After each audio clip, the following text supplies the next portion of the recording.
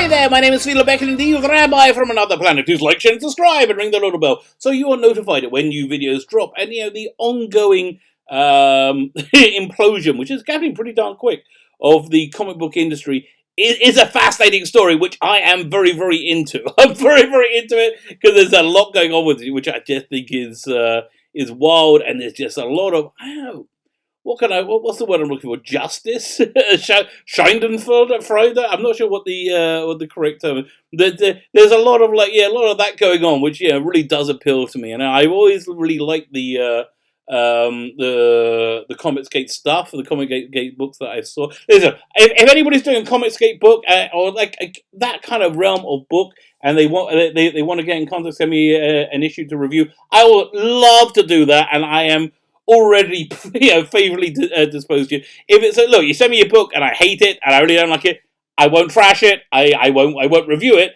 But if you send me a book and I like it and I can recommend it, I will. I'm really, really happy and excited to recommend it. But something I can wholeheartedly recommend you right here, right now, is hit that subscribe button. If you can hit the subscribe button, that would be fan-dabby double dozy. Thank you so much. I am incredibly grateful for everybody who subscribes. I'm actually grateful for everybody who watches, really. So you can hit the subscribe button. Thank you. If you hit the like button, the share button, mwah, these are all fantastic, and I want to show you my appreciation. I give stuff away each week on this channel. The stuff I'm giving away this week is really freaking good. It is the Alien Quadrology, a 9 DVD set, disc set of the Alien movies, Alien 1, 2, 3, 4. What's the fourth one called? I can't remember. Anyway, all you need to do is to win it. It's subscribe to the channel. Subscribe being the very, very important part from my perspective. Subscribe to the channel and then leave the hashtag in the notes, Xenomorph. Go and look at the video notes. It will give you all the information you need. So the thing I think that really sets the Comicsgate thing apart from everybody else, I mean, other than the whole thing of not abusing your audience, it's a love of comics. It's a love of comics just bleeds through everyone I've seen. I got Cyber Frogs from Ethan and Sciver. I got Jawbreakers. Now, Jawbreakers isn't really my type of thing. It's not the type of comic that I would normally read. But again, the love for the medium just oozes out of it, which is, and it's infectious. I just don't think there's enough of that in mainstream comics. There's many reasons why there isn't enough of that. One, I think the people who get into comics now get into it way too easily, and not based on their talent and their work. But we're in this situation because they spent a long time hiring people based on their gender or their skin color or their sexual orientation or whatever stupidity, rather than sweating blood, sweat, and tears to make a comic. Because I write and draw comics. I get at it. Making them is not easy. It's not that it's not easy. It takes a lot of work. You've got to be really, really dedicated to it. I just don't feel the crop of pros right now are dedicated to it at all. And the whole part is over thing is the vibe that's going on. However, with the Comicsgate stuff, there's people who love comics. People who love comics are making comics. Clint's Sweetcast. He loves comics. You can tell he loves comics. Downcast. The Sweetcast is a channel. There's another one which I really want to read called Shinobi Sasquatch. The artwork is absolutely fantastic. I should get in contact with the people who did it. The artwork is just absolutely fantastic. I love it, and I just love the love of the medium. I think that shines through. So this is a follow up to a video I put out yesterday, in which Rich Johnston from Bleeding Cool, who has a T in his name apparently, I didn't realise, Rich Johnston from Bleeding Cool is just like crying. He's like, and they're calling Ethan Van Sciver a meanie pants because he's been me, because he made I don't think he actually said anything that terrible to people who have actively tried to destroy him for years and years and years. When he saw them, when he saw their house of cards falling apart, understandably he was quite happy, because it means the nightmare that people who love comics have been living through might well be coming to end. I have a rabbi who will not let me name him, but he says of the current global health situation that in fact that society is the virus, and the global situation is the cure. So which I kind of hear. Anyway, so the reason I'm making this video is because I'm just so freaking impressed with Ethan Van Sciver. Ethan Van Sciver had a response yesterday to Larry Hama. I'm not sure what Larry Hama was really, where he was really coming from. I'm going to read you that. I'm going to read you the response, which I think the response is the absolute perfect response, and honestly, I think it needs more recognition than it has thus far. So Larry Hama posted on, I think it was his Facebook, might have been Twitter, I don't know. He posted this thing. Says it's a group of comic pros who are reviving waning careers by pandering to misogynists, racists, and homophobes. It seems to be that he's referring to all the labels that have been is it slanders or libels? Libels in writing, is it? Yeah, the only reason I know that is from the Tobey Maguire's. Is it Tobey Maguire? Yeah, from the Sam Raimi. There, I'm on safe ground. The Sam Raimi Spider-Man, where he says to J.J. Abrams, "You can't do that. That's slander." He says, "No, kid, that's libel. Libel's printed." So that's where I learned it from. Okay, but it seems to be the narrative that the social justice warriors who have destroyed comics are defaming Comicsgate with. Which listen, they may be misogynist, racist, and homophobes. I don't know. I've just never seen that. So he says it's a group of comic pros who are reviving waning careers by pandering to misogynist, racist, and homophobes. They have a hit list of creators they consider libetard SJWs. No, that's true. I don't see. I don't see Gail Simone or Max Visaggio, doing a Comicsgate book. So I don't see them going on Ethan's channel. I just don't see that happening so soon. That's fair enough. Pretty much everybody I admire in the business is on that list. Really, I wish I knew what the hell he was talking about, because I think he thinks he's talking about Comicsgate, but I don't think he is. Again, I'm far from an expert. Somebody can let me know. That'd be great. So pretty much everybody I admire in the business on that list. So I am rather proud of my inclusion. Okay, again, if you're talking about Comicsgate, I don't think you're on any. I don't think a list exists, but I don't think you're on any list, Larry Hama. I know he works with Richard T. Meyer, your boy Zach, and they have a good working relationship. So I have no clue what he's talking about. It does seem like it's aimed at Comicsgate. So Ethan Van Sciver responded, and again, it's literally figuratively. I think it's the perfect response. Listen, we as human beings have a natural desire, a natural urge, a natural drive to attack somebody if we feel they're attacking us.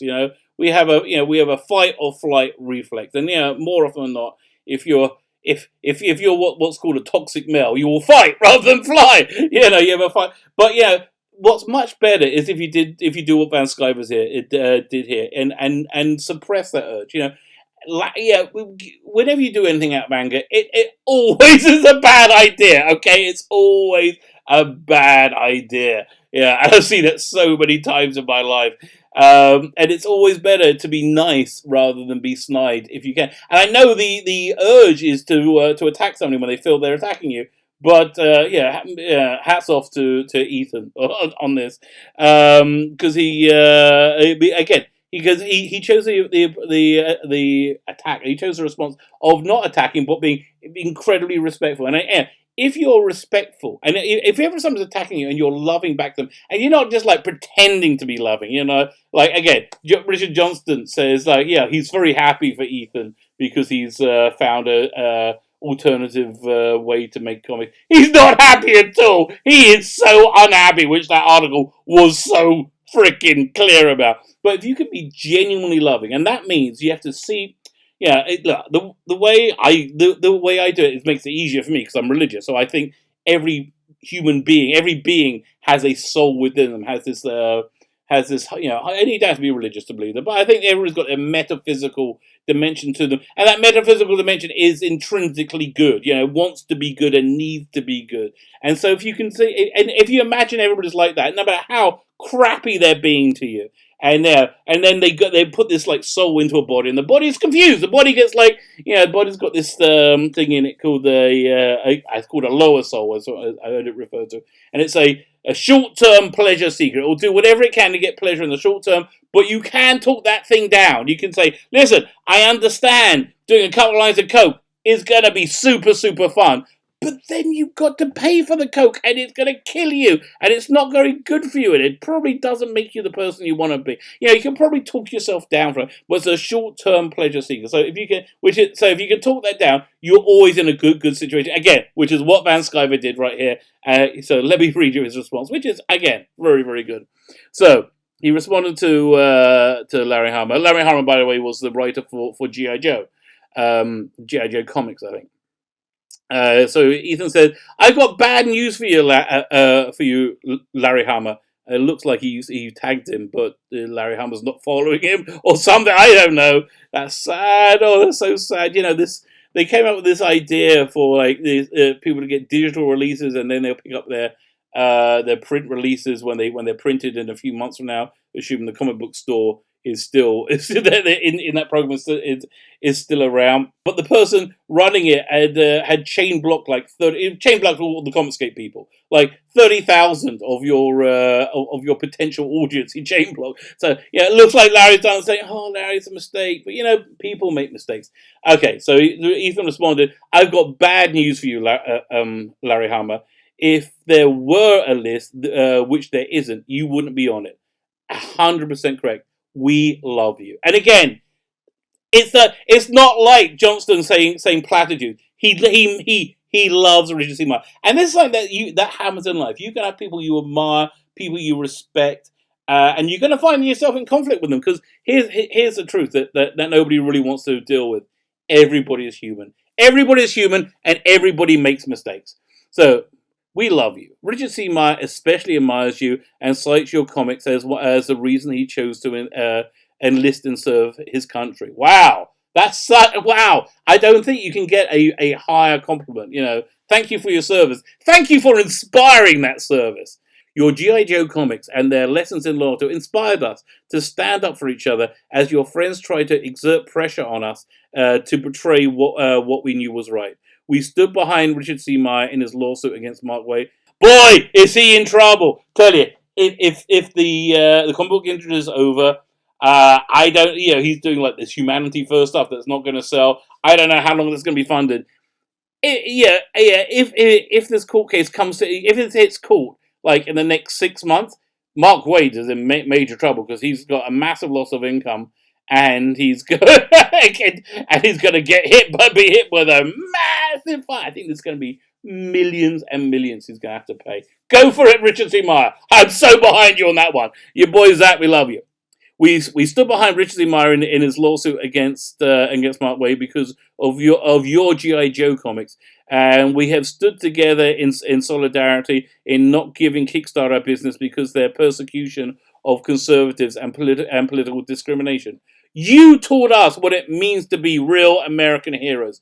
You inspire. #Comicsgate. What a wonderful, wonderful response. And listen, I completely know how Van Sciver feels. I really know, because I used to be friendly with Pat Mills. Pat Mills is the creator of the English comic 2000 AD, which is what I grew up on. I loved it. I still love it to this day. He was one of the creative forces behind Judge Dredd. And unfortunately, he got really, really anti-Semitic. In my opinion, he got really, really anti-Semitic. There was a political leader in England called Jeremy Corbyn, who's still around. He got the biggest trouncing of any political leader in 100 years, and he won't leave. But who was also really, really anti-Semitic, and